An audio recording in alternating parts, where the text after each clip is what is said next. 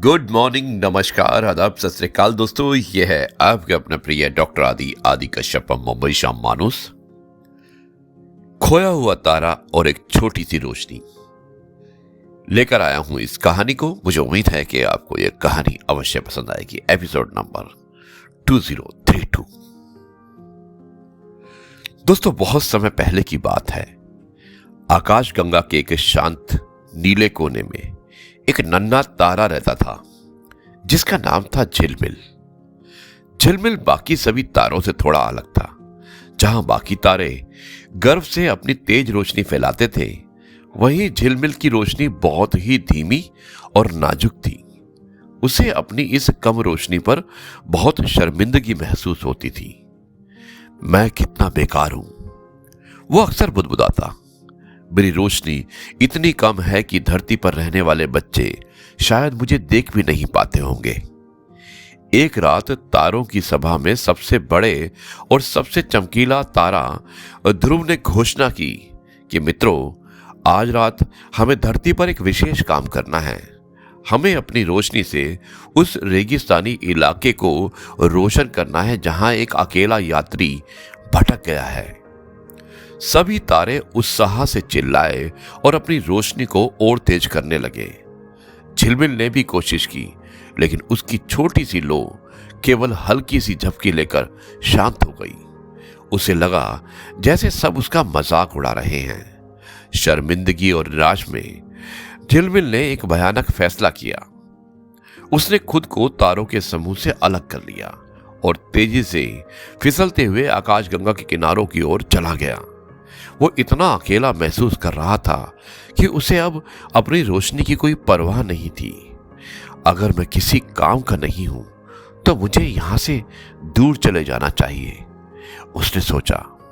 वो पूरी रात उड़ता रहा जब तक कि वो एक ऐसी जगह नहीं पहुंच गया जहां केवल गहरा और ठंडा अंधेरा था। ये जगह इतनी भयानक थी कि झिलमिल डर के मारे कांपने लगा। अंधेरे में कुछ देर भटकने के बाद उसे दूर कहीं एक बहुत छोटी सी स्थिर रोशनी दिखाई दी। वो रोशनी इतनी मामूली थी कि उसे लगा शायद ये उसका भ्रम है, लेकिन जैसे जैसे वो करीब गया उसने देखा कि ये एक ग्रह नहीं बल्कि एक छोटी सी धूल भरी लालटेन थी। लालटेन के पास एक बूढ़ा व्यक्ति बैठा था जो ध्यान से एक टूटी हुई लकड़ी की गुड़िया की मरम्मत कर रहा था। उसके चेहरे पर उदासी थी। झिलमिल ने हिम्मत करके पूछा कि आप कौन हैं और इतनी रात में यहां अकेले क्या कर रहे हैं? बूढ़े व्यक्ति ने ऊपर देखा और धीरे से मुस्कुराया। मैं एक पुराना दीपक बनाने वाला हूं बेटा, और ये लालटेन ये मेरी आखिरी उम्मीद है। मैंने बहुत कोशिश की, लेकिन इस अंधेरे में किसी भी बड़े दीपक को जलाना संभव है। वो नहीं हो सकता, एकदम असंभव है। मेरी सारी कोशिशें बेकार गई। झिलमिल को बूढ़े व्यक्ति की कहानी सुनकर अपनी याद आई। उसने भी तो हार मान ली थी। अचानक बूढ़े व्यक्ति की नजर झिलमिल की ओर गई।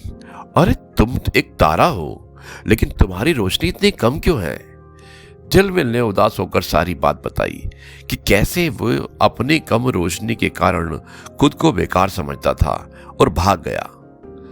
बूढ़े व्यक्ति ने उसकी बात ध्यान से सुनी।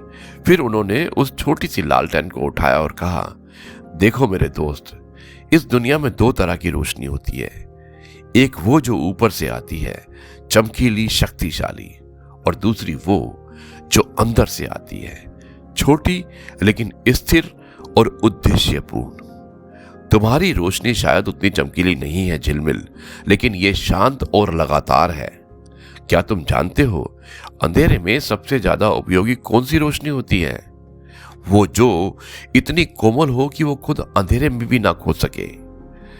बूढ़े व्यक्ति ने झिलमिल को एक और बात बताई। बड़ी बड़ी रोशनियों का काम है उत्सव मनाना, लेकिन छोटी रोशनियों का काम है रास्ता दिखाना। आज रात तुम मेरे टूटे हुए काम को पूरा कर सकते हो।